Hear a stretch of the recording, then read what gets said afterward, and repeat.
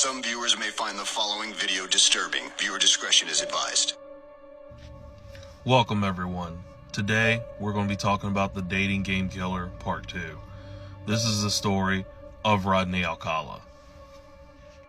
Now when we last left off, we had talked about how Rodney had abducted Tali Shapiro on September 25th, 1968. I had also stated that I don't believe this was the first time that he had tried abducting someone or had gotten to that point. And I had gone and said that I think he had been doing this for a while, but it hasn't been documented. My reasons for believing this is back when we did our series on Ed Kemper, when we go and we look at the interviews done by everything when he began talking about his killings and picking up hitchhikers, he would go and say that up until a point when he was picking up hitchhikers, he was constantly pushing himself farther and farther.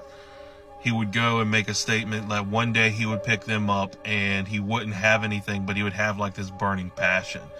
The next time he would go and pick one up, he would have a gun underneath his seat, but he still wouldn't be doing anything, just gradually pushing himself to getting to that point.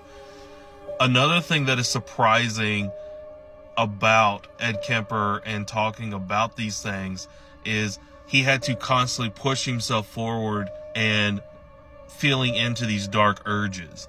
Another thing that can be noted about it is what sets Rodney Alcala apart from Ed Kemper and every other serial killer is most serial killers or serial rapists would kind of fixate on one specific type of person. And Rodney Alcala, as you'll soon find out, didn't really kind of stick to one type. Some of the people that he attacked were adult women, and some of the people that he attacked were children. Now, on September 25th, 1968, Tali Shapiro and her family would be staying at a hotel. They would actually be staying at the Chateau Marmont in California because their house had actually previously burnt down, and they were staying at the hotel until they could get their house built or find another home. And on this particular day, Tali would be on her way to school, to where Rodney would pull up his car by the curb and ask her if she wanted to get in his car and he could give her a ride to school, to where she would tell him, "My parents told me not to talk to strangers." He would persistently go and tell her at this point that he knew her family and that it was okay, and she reluctantly got in the car. Now, while this was going on, a motorist was watching what Alcala was doing, and luckily for this motorist, he decided to take it upon himself and follow Alcala to where he was taking Tali. He would get to where Alcala's home is, and he would notice Alcala was kind of shooing her and escorting her into the home, and the motorist knew that this just was not right. There was something off and fishy about this. So he would actually drive over to a nearby telephone booth, and he would call the police and tell them, "Listen, there is a man that has abducted a child. It doesn't look right. I think there's foul play abroad.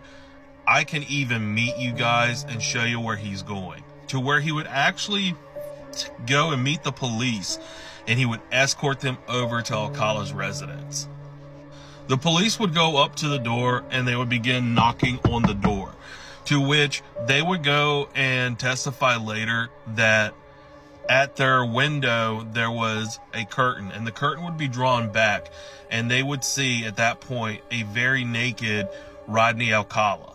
And he would tell the police, "Hey, give me a second. I just got out of the shower and I'm going to get dressed." The cop then noticed that Alcala was not dripping wet, did not have a towel, and the cop knew there was something definitely wrong. So at this point, the cop told Alcala, "You have like 5 seconds to get ready because we're busting down the door."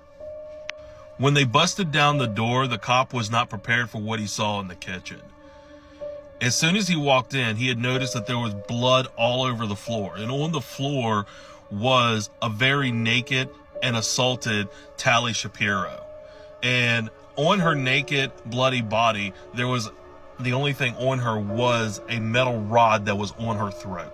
At this point, the cop began yelling for help, and his partner would actually run from the back of the apartment and run into the front of the apartment and actually help him resuscitate Tally Shapiro. It was at this point that Rodney Alcala actually fled the scene. The cops would then take Tally to a nearby hospital where she would be in a coma for 32 days. The doctors were not convinced that Tally would survive the attack.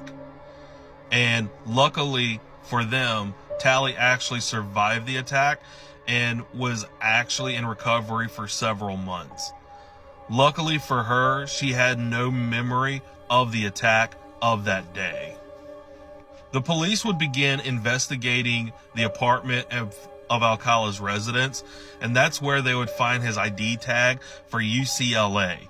And they would begin going to the colleges and asking about Rodney Alcala. And when the police would go to the professors and the students there, they just did not believe that Alcala would assault an 8-year-old girl. The professor would even tell the police, "You have the wrong guy. That guy is harmless. He would never do something like that." Rodney Alcala would actually hitchhike all the way to New York. And during this time, for the next 3 years, he would jump between New York and New Hampshire under different aliases. When he was in New York, he would go under the name John Berger, which is spelled Berger. And when he was in New Hampshire, he would go under the alias John Berger. When he was in New York, he would actually enroll in NYU, where he would actually study under the filmographer Roman Polanski. And when he would go to New Hampshire, he would go under the different alias John Berger, where he would actually work and actually help at a art camp for kids. And during one time, he actually started a job in New York at the Blue Cross Blue Shield. What is ironic about his time at Blue Cross Blue Shield is he would actually work in an office with another serial killer, which was Richard Cottingham, who is actually known as the Torso Killer of Times Square.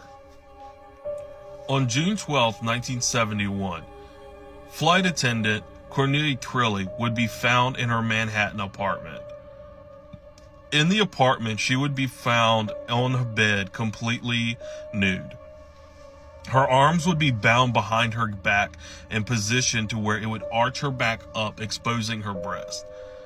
It had also been seen in the crime scene that she had been strangled to death with her nylon stockings.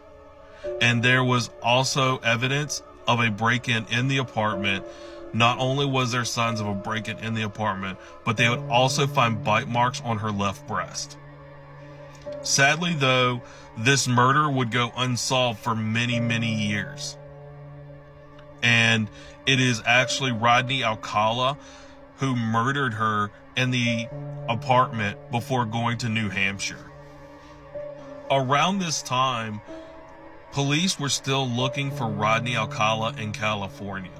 So they started asking for the help of the FBI, and they would actually put Alcala on the FBI's top 10 most wanted list. And they started putting these little posters out on nearby post offices all over the country. And in New Hampshire in 1971, two girls would be riding their bikes through the woods. And they would come across this storm. And to get out of the storm, they would actually go into this post office and kind of wait for the storm to just kind of die out. And where they were at, they noticed that the FBI had the most wanted list just kind of sitting up in there. And they began looking through them. And they had realized on one of the photos, Alcala. But they didn't know him as Rodney Alcala. They knew him as John Berger. So they would actually go to the camp counselor and they would tell him, "I think we found John Berger and he's on the FBI's top 10 most wanted." At this point, they would go check it out, notice that it was actually Rodney Alcala, and they would call the police to where they would go and extradite him back to California. There they would try him for the kidnap, assault, and attempted murder on Tally Shapiro.